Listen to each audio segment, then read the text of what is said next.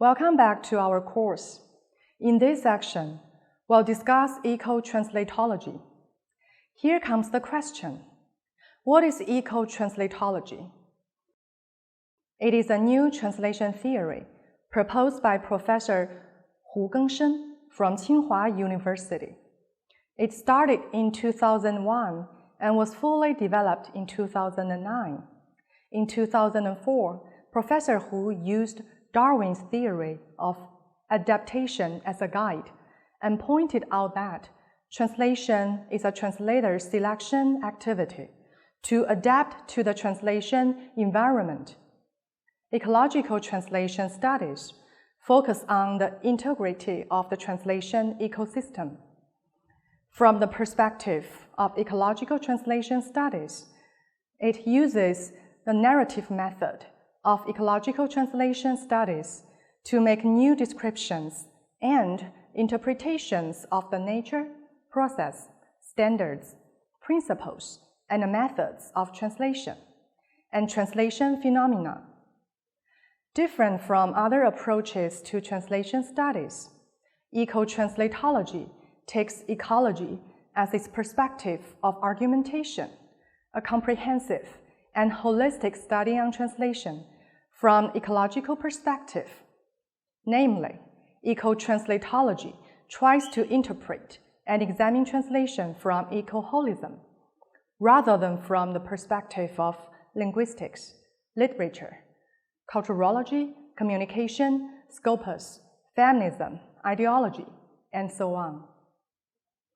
This theory elaborates the function of translation as adaptation and selection on the interpretation of translation text. First, the translation process, the alternate cycle process of translators' adaptation and translators' selection. Second, translation principle, multidimensional selective adaptation and adaptive choice.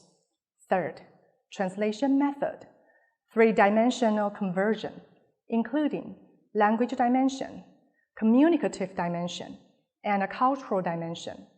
And fourth, evaluation criteria, multidimensional conversion degree, reader feedback, and translator quality. Based upon the above, eco-translatology constructs the discourse system of eco-translatology under the guidance of eco-reason and by following the macroscopic eco-reason, which can be characterized by number 1, stressing wholeness and relevance. Number 2, seeking dynamics and balance. Number 3, reflecting eco-aesthetics. Number 4, identifying the translation community. Number 5, adhering to translation ethics. And number 6, highlighting unity or diversity. At present, the theory involves 9 research focuses and theoretical perspectives, namely ecological paradigm, association sequence chain, ecological rationality, translation, translation ecological environment, translator center, adaptation choice, three-dimensional transformation, and after-the-fact punishment. In today's class, we will use the translation of movie subtitles as an example.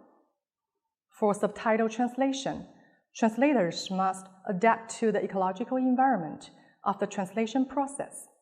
Only when the appropriate selection and conversion of language, culture, and communication are achieved can it be possible to produce good translated subtitles. Before the discussion of the examples, let's review the theory of three-dimensional conversion. Three-dimensional conversion refers to language dimensional conversion, cultural dimensional conversion, and communicative dimensional conversion. Language dimensional conversion refers to the translator's choice of adaptation to language form in the process of translation. This transformation can occur at different stages, levels, and aspects of the translation process. Cultural dimension transformation is the translator's attention to the transmission and interpretation of bilingual cultural connotations in the process of translation. It is concerned about the differences in the nature and the content of the source language culture and the translation culture, and avoids misinterpretation of the original text from the point of view of the translation culture. The transformation of communicative dimension refers to the adaptation and choice conversion of translators who pay attention to bilingual communicative intentions in the process of translation. It requires translators to focus on communication level in addition to the transformation of language information and the transmission of cultural connotations, and to pay attention to whether the communicative intention of the original text is reflected in the translation. The following 3 examples come from Chen Lei's A Study on Film Subtitle Translation from the Perspective of Eco Translation Studies. These examples translate lines of the classic movie, I'm Sorry, I Love You, from Chinese to English. Example 1. Here's the original text, 见过. The translation is positive. The original context in example 1 is to ask if you have seen someone. The translation into positive not only conforms to the features of concise subtitle translation, but also adopts the customary expression of the target language audience, reflecting the selective conversion of language dimensions. Example 2. The original text is Billy 这3年搞走私，混得风生水起. Translation is This last 3 years, Billy's been running the show. The original sentence in example 2 uses the Chinese idiom 风生水起, which conforms to the expression habits and the cultural connotation of Chinese. In a translation, considering the differences between Chinese and English, the author only conveys the meaning of the source language, which reflects the choice and a transformation of cultural dimensions. Example 3. Original text, 你想找事是吗?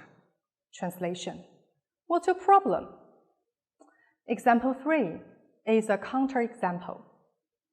The original text, 找事, means finding someone's faults, which is a provocative tone in itself. The film subtitles translated as, What is your problem? But it became a tone of concern, which didn't achieve the purpose of communication in the original text, or even misinterpreted it. The original meaning. So the author thinks that it is more appropriate to translate it as, Hey, do you want to start a fight? Which reflects the selective transformation of the communication dimension, which refers to the translator's adaptive choice, transformation of the bilingual communicative intention in a translation process. This kind of adaptive choice transformation of the communicative dimension requires the translator to consider the transformation of language information and the transmission of cultural connotations.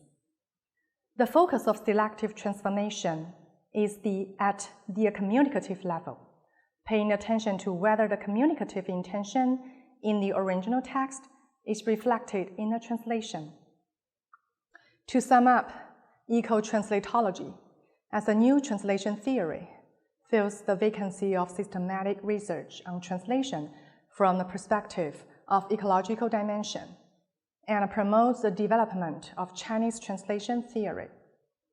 It has also been used widely in applied translation. In the next section, we will discuss the perspective of corpus-based translation studies. That's all for this class. Thank you, and see you next time.